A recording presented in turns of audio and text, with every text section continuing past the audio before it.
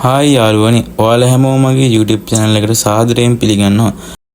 අද වීඩියෝ එකට යන්න කලින් ඔයාලට පොඩි දෙයක් මතක් කරනවා. මේ මගේ YouTube channel එකේ පළවෙනි වීඩියෝ එක.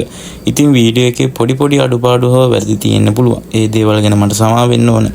ඔයාලගේ අදහස් සහ යෝජනා පහලින් කමෙන්ට් කරන්න. ඒ වගේම මතක ඇතුව YouTube channel එක subscribe කරන්න. වැඩි කතා නැතුව අපි යමු අද වීඩියෝ එකට.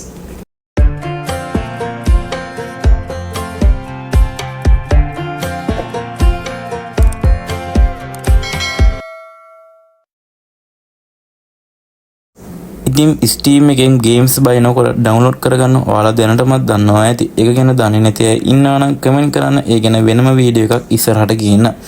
අද මම කතා කරන්න යන්නේ එහෙම download කරගන්න games ඔයා play කරගෙන යද්දි එන error එකක් ගැන.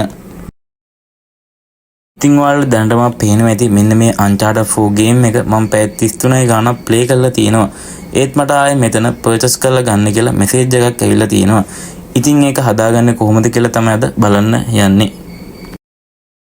ඉතින් ඔයාලා ඉස්සෙල්ලාම යන්න ඕනේ මේ this PC කියන එකට. මේ this PC කියන එකට ගිහිල්ලා ඔයාලා Steam එක download කරලා තියෙන drive එකට යන්න. මගේ නම් තියෙන්නේ C drive එකේ. ඔයාලා මේ C drive එකට යන්න. C drive එකේ තියෙන program files කියලා එක. ඒ program file කියන එකට යන්න. program file කියන එකේ මේ Steam කියලා එකක් තියෙනවා. Steam කියන එකට යන්න. Steam කියන එකේ මේ උඩම තියෙනවා app cache කියලා එකක්. ඒක සිලෙක්ට් කළා delete දෙන්න. delete දීලා ඔයාලා කරන්න තියෙන්නේ මේ Steam tool එක restart Steam දෙන්න. restart Steam දීලා පොඩ්ඩක් කරලා යනවා load දෙන්න.